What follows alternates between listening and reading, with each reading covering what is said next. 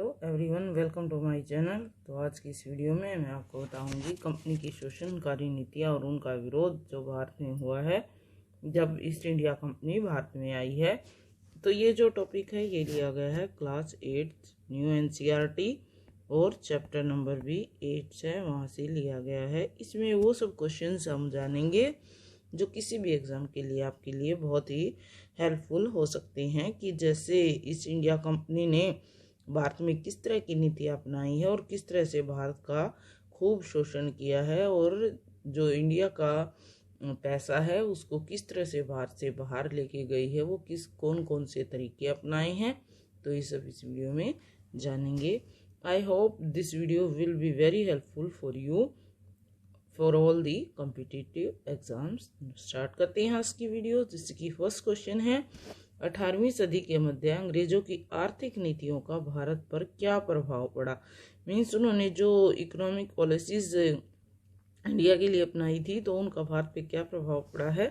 जैसे कि परंपरागत उद्योग धंधे थे उनका विनाश हो गया। परंपरागत उद्योग धंधों में जैसे कृषि है, हस्तकला है, कढ़ाई बुनाई सिलाई, तो इस तरह के जो उद्योग धंधे थे उनका विनाश हुआ है। भारत की धन संपदा का निष्कासन हुआ है। तो ये बहुत ही असरदार प्रभाव भारत पे हुए हैं। नेक्स्ट लेते हैं 1757 ईस्वी तक ब्रिटिश ईस्ट इंडिया कंपनी का उद्देश्य क्या रहा है। तो उन्होंने क्या उद्देश्य मान के इंडिया में व्यापार किया है। तो उनका मुख्य उद्देश्य है भारत व पश्चिमी देशों के बीच व्यापार पे नियंत्रण करना और व्यापार से अधिक क्या कमाना था, लाभ कमाने का उद्देश्य रहा था। दो तरीके किए हैं उन्होंने, एक तो व्यापार पे नियंत्रण किया है और दूसरा उद्देश्य क्या किया है कि व्यापार से अधिक लाभ अपने फायदे के लिए उन्होंने कमाया है, सिर्फ अपने हित को ही ध्यान में रखा है। कंपनी भारत से क्या खरीद कर ले जाती थी और बदले में भारत से क्या ले जाती थी, ठीक है, क्या लाती थी भारत बदले, जो खरीदते थे उसके लिए क्या पे कर रही थी कंपनी उस टाइम पे। तो जैसे कि ले जाने में सूती वस्त्र, कपड़ा, गरम मसाले, मलमल, कीमती पत्थर, जरी गोटा, ये चीज़ें हैं जो भारत से ले जाती थी। और इसके अलावा वो बदले में हमें क्या दे के जाते थे, सोना चांदी जैसी बहुमूल्य धातुएं वापस लाते थे। क्यों? क्योंकि उनके पास जो विनिमय का माध्यम था वो क्या था, वस्तु के विनिमय का माध्यम सोना चांदी। तो इस तरह से वो बदले में यहाँ सोना चांदी दे के जाते थे और सामान खरीदते थे। नेक्स्ट है व्यापार संतुलन भारत के पक्ष में कब तक रहा। तो इस तरीके से जो वे व्यापार कर रहे थे तो ये 1757 ईस्वी तक भारत का व्यापार संतुलन पक्ष में रहा, बिल्कुल। नेक्स्ट लेते हैं कंपनी को बंगाल, बिहार, उड़ीसा की दीवानी, या दीवानी का मीनिंग होता है कर एकत्रित करने का हक, यानी कि कर को इकट्ठा करना पूरे इन तीनों स्टेट से। तो ये उनको कब मिला। तो क्लाइव ने 12 अगस्त 1765 ईस्वी में बंगाल, बिहार और उड़ीसा की दीवानी प्राप्त की है, यानी कि हक जो है वो लिया है। किस एक्ट के अनुसार कंपनी के व्यापार पर अधिकार को खत्म करके स्वतंत्र व्यापार की नीति शुरू की गई। तो ये था 1813 ईस्वी का चार्टर एक्ट। कौन से एक्ट के तहत मिली है? 1813 ईस्वी के चार्टर एक्ट के तहत। कंपनी ने भारत में भू राजस्व की कौन सी 3 प्रणालियां शुरू की हैं। तो ये की हैं स्थायी बंदोबस्त, रैयतवाड़ी बंदोबस्त और महलवाड़ी, ठीक है। कौन कौन सी? स्थायी, रैयतवाड़ी और महलवाड़ी।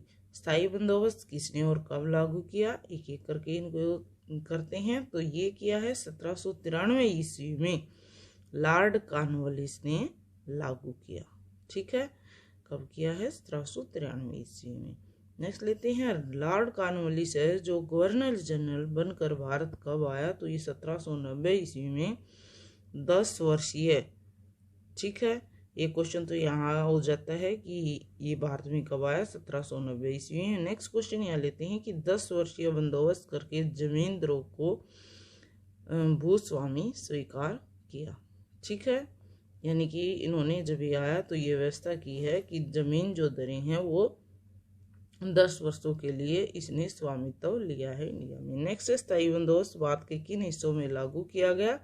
तो ये भारत के बंगाल, बिहार और उड़ीसा के बनारस, उत्तरी महाराष्ट्र के कुछ जिलों या ब्रिटिश भारत के जो ब्रिटिश भारत का मीनिंग ये है कि भाई वहाँ पे जब ब्रिटिश कंपनियों का अधिकार था या शासन था तो उसके 19% जो हिस्सा है उस पर इन्होंने लागू किया है स्थायी बंदोबस्त। नेक्स्ट है स्थायी बंदोबस्त में कर की दर क्या रखी गई और किसको लाभ हुआ। ये कर की दर किसने फिक्स की थी? अंग्रेजों ने। तो भूमि कर में 9/10 हिस्सा कंपनी का और 1/10 हिस्सा है जमींदार को दिया गया। तो लाभ किसको हुआ? इसमें कंपनी को ही लाभ ज्यादा हुआ। नेक्स्ट है सूर्यास्त का नियम क्या था। एक स्थायी बंदोबस्त के अनुसार सूर्यास्त का नियम बनाया गया था। तो ये नियम क्या था? ये था इसके अनुसार जमींदारों को एक निश्चित समय, एक फिक्स टाइम दे दिया और एक तयशुदा और भू राजस्व, जो भू राजस्व है यानी कि कर, भूमि कर, ठीक है, तो एक निश्चित टाइम पे ये जमा कराना होता था और उसके न देने पर जिस जमींदार को ये जमा कराना होता था उसकी जमींदारी वापस ले ली जाती थी। तो ये था सूर्यास्त का नियम। नेक्स्ट है रैयतवाड़ी व्यवस्था को किसने और कब लागू किया। तो ये व्यवस्था की है 1820 ईस्वी में थॉमस मुनरो ने मद्रास प्रेसिडेंसी लागू किया था। तो उस टाइम पे जैसे 3 प्रेसिडेंसियां थी तो उनमें से जो मद्रास प्रेसिडेंसी थी वहां पे इन्होंने ये लागू किया है। रैयतवाड़ी व्यवस्था को भारत के किन क्षेत्रों में लागू किया गया, ये क्षेत्रों जान लेते हैं। तो इसमें मद्रास के अलावा बम्बई में, ठीक है, आसाम, सिंध, सिंध, कुरंग, बरार, अंडमान निकोबार आदि पर इन्होंने लागू किया गया है। यानी कि ब्रिटिश भारत के 51%, 51% हिस्से पर इसको लागू किया गया। इस व्यवस्था में भू राजस्व की कितनी मात्रा तय की गई। तो इसमें क्या की गई है? भू राजस्व 40 से 50% तक की मात्रा तय की गई। 20 से 30 वर्षों बाद पुनः तय किया जाता था। इसके लिए टाइम कितना रखा गया? 20 से 30 वर्ष। और राजस्व की ये 40 से 50%। रैयत किसे कहा जाता था?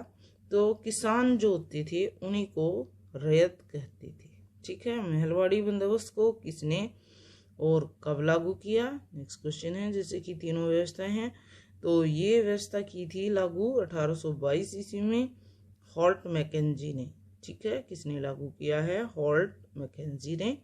नेक्स्ट है महलवाड़ी बंदोबस्त को ब्रिटिश भारत में कहाँ पे लागू किया गया। तो जैसे वो प्रेसिडेंसी मद्रास में था रैयतवाड़ी, तो इसको लागू किया गया है संयुक्त प्रांत के कुछ हिस्सों, मध्य प्रांत और पंजाब में। और यहाँ भी कितने % हिस्से पर?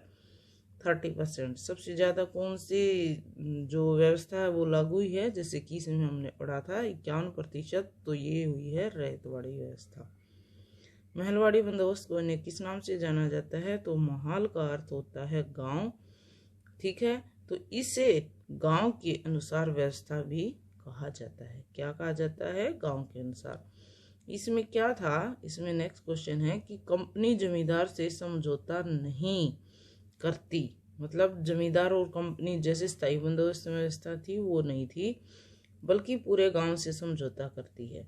और जिसमें क्या होता है कि जो मुखिया है पूरे गांव का वो कर इकट्ठा करता है और जब ये कर इकट्ठा करके जिम्मेवार माना जाता है अंग्रेजी सरकार को जमा कराने का। नेक्स्ट है इस व्यवस्था के अनुसार क्या शर्तें रखी गई महलवाड़ी। तो पहले उपज का 2/3 भाग भूमि कर तय किया गया। फिर क्या हुआ? बाद में 1/2 फिक्स किया गया।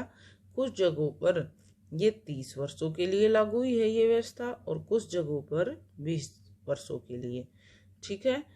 तो ये 1/2 हिस्सा निर्धारित इसलिए किया गया होगा कि उस टाइम पे जैसे कि बारिश ज्यादा हो जाती या ना होने की स्थिति में किसान के यहाँ फसल नहीं उगती या फसल बर्बाद हो जाती, तो इसलिए किसानों को थोड़ा सा रिलैक्स देने के लिए ये व्यवस्था चेंज की थी।